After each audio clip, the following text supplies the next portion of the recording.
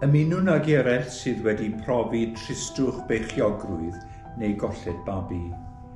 Taith sydd y tu hwnt i eiriau. Yn yr amser arbennig hwn o goffau, gadewch i ni fyfyrio a chofio'r babanod sydd mor agos i'n cylonau. Fel petai hi megis ddoi, ac eto gall fod yn wythnos neu ddegawdau lawer.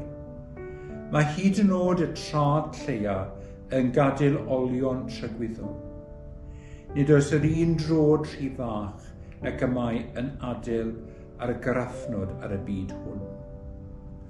Wrth gofio cydnabyddwn ein cariad dwfn wrth i'r babanod hynny, fy mabi, gyffwrdd am bywyd mewn ffordd unigryw gan greu'r cwlwm hwnnw o gariad trygwyddol. Ac a fi'ch atgoffa chi ofalu amdanoch eich hun, i estyn caredigrwydd a thynerwch i chi'ch hunan, i'ch partner yr wythnos hon. Gall y cynnydd mewn gweithgaredd cyfryngau gymdeithasol o amgylch beichiogrwydd a cholli babi deimlo'n llethol. Mae angen dewrder i siarad am blentyn sydd wedi marw mewn byd sydd ac obsesiwn a straeon am fywydau perffaith a diweddglo'n hapus.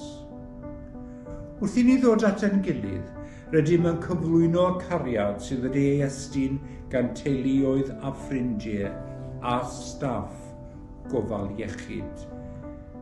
I ni'n cofio am eich babanod sydd wedi hino yn fuan iawn, ond sydd yn parhau yn eich calon a'ch meddwl.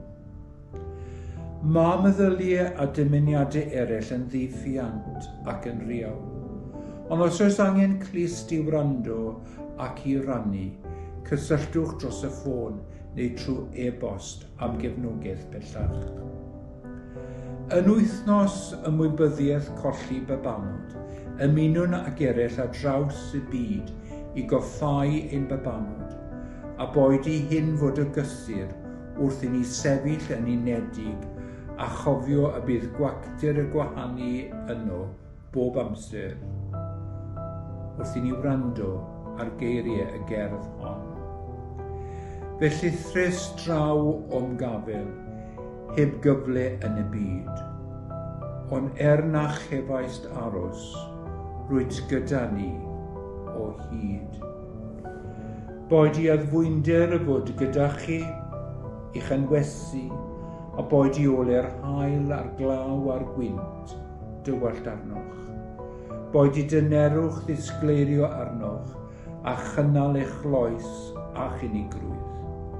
Boed bendith nerth a chymorth fod gyda chi, a'ch helpu i ryddhau eich ofnau a'ch ymheuon, a bydded i fantill o heddwch o'r chuddio a dod o ddywelwch heddi a bob amser.